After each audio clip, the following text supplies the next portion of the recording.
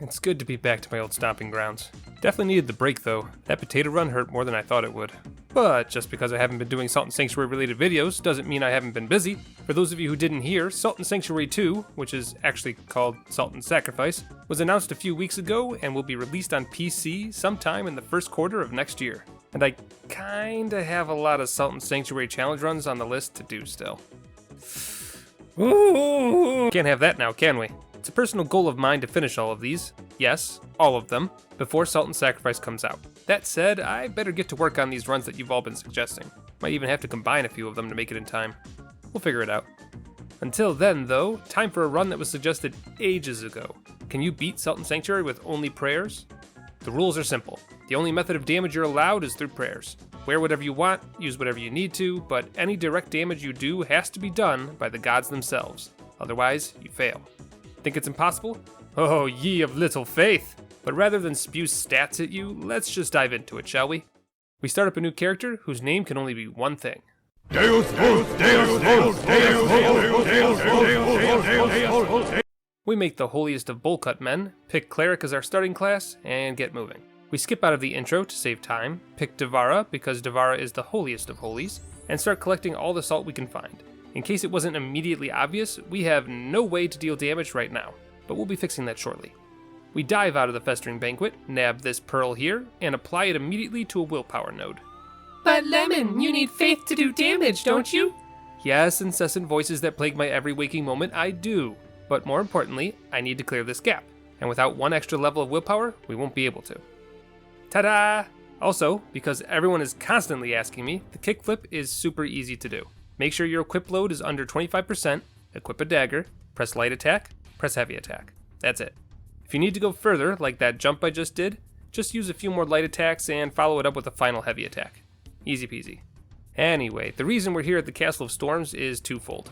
One of the better early game grinding spots is here, at least for runs that can't do damage immediately. And second, because our prayer of choice is here as well. Ray of Searing, the power of God called down from heaven itself. The only problem is that the ROS is a 4th level prayer. So yeah, gonna be revisiting this little trap here for quite a while. After demonstrating our faith in the form of grinding, we finally get to level 4 prayers at level 18. And our faith is rewarded. Deus Vult! This prayer is amazing. It hits around and above you, and can do some pretty impressive damage. Let's go test it out on our friend the Sada Knight. Yep, looks good to me. The only problem I'm seeing thus far is our mana consumption. Calling upon Devara to smite our enemies is costly on the mana bar, but there's an unknown mechanic that can help us out here, and it's this. The heavier you are, the less your prayers cost, which means that for once in my entire life, we're actually going to want a suit of heavy armor instead of naked rolling my way through the game. This is gonna feel weird. I make my way down to the Village of Smiles and grab myself the Conduit of Mind ring, which will grant us a much larger mana bar to work with. I also have the Crystal Moat ring equipped as well, which will reduce the fatigue we get from casting prayers by 50%. Their masterwork's all, you can't go wrong. And from here, well, it's simple really. Deus Vult! Deus Vult! Deus Vult! Deus Vult! Deus Vult! Deus Vult! Deus Vult! Deus Vult! Deus Vult! My god, the stun lock. Alright, let's slow down for a minute here. Obviously this prayer is overpowered. It has massive damage when you spec into Faith, doesn't cost much to cast so long as you're wearing close to 100% equip load, and causes intense staggering to enemies that survive the first blast. Not only this, but its range is massive. Here, prime example. See these hanged men? Annoying enemies to hit and deal with, right? Well, Deus Vult! If you cast ROS, they become nothing more than a footnote in this fight.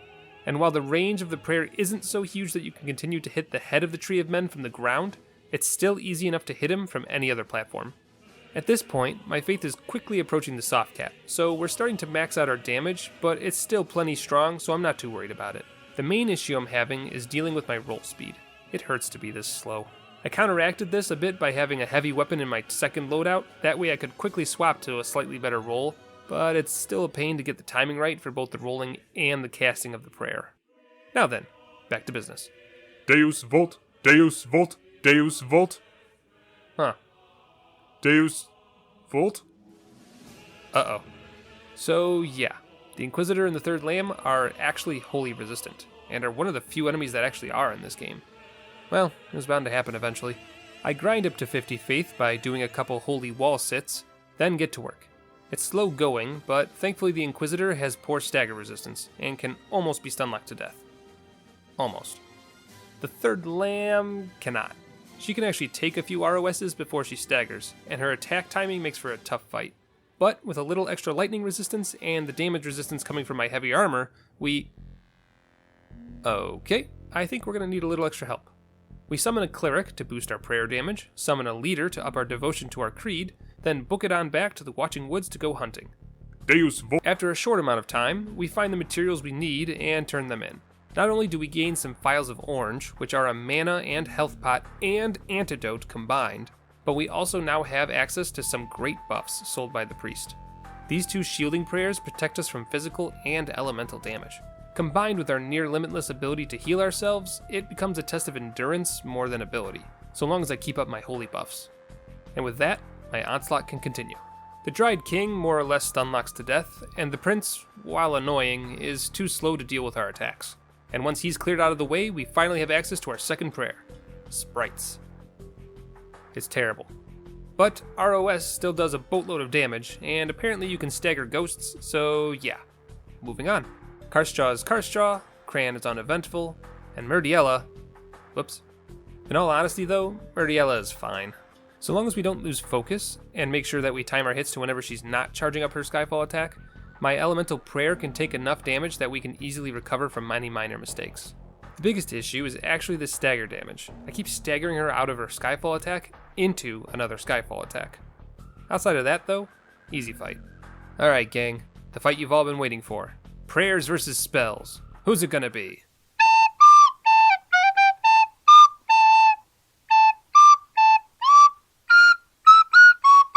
Did you guess spells? Also, follow-up question, have you been watching this video at all? Complete pushover. God, I love Faith builds. Her sister doesn't fare much better. While the Architect is resistant to holy damage, her pet is not. And once he goes down, well, you know, Deus Vult and all that. 3 more to go. Speaking of the 3, let's fight them, shall we? They're not overly difficult. They hit like a wet sponge whenever my buffs are up. But the real issue is the timing. I'm more than happy to tank a hit to get off a cast, but more often than not, they just wombo combo you out of your casting. Next thing you know, your wounds have shrunk your health bar too much, and that's it. Thankfully, I've got another trick up my sleeve that I haven't been using until now. That's right, kids, it's more healing! Except this prayer actually recovers my wounds as well. So now I can tank while I tank, which in turn lets me Deus Vult. Deus Vult. Deus Vult. This build is dumb. On to Scourge. It's weird, but more often than not, I can actually turn him around mid-attack. Don't know what's causing that, but I'm not complaining. And lastly, the final non-believer. You had a good run, bud, but I think it's time you bow to Devara, the one true god, and... This was not supposed to be a roadblock. But it is, and I'm kind of upset about that. Ray of Searing is too slow to cast without getting knocked around, and the Nameless God hits goddamn hard. Like, can't really take the damage on the chin even with all my buffs hard. And don't even think about casting Sprites. It was garbage on bosses that weren't resistant to holy damage. You think it's gonna help here? No. We're stuck. But I have one last hope. It's just gonna require all of my faith to do it. With the combined power of tier 5 prayers, and after grinding out my devotion to Devara all the way to level 5 as well, we have it. The Guardian Blade. Originally, I had dismissed this prayer, because it requires that you make a physical attack to use it.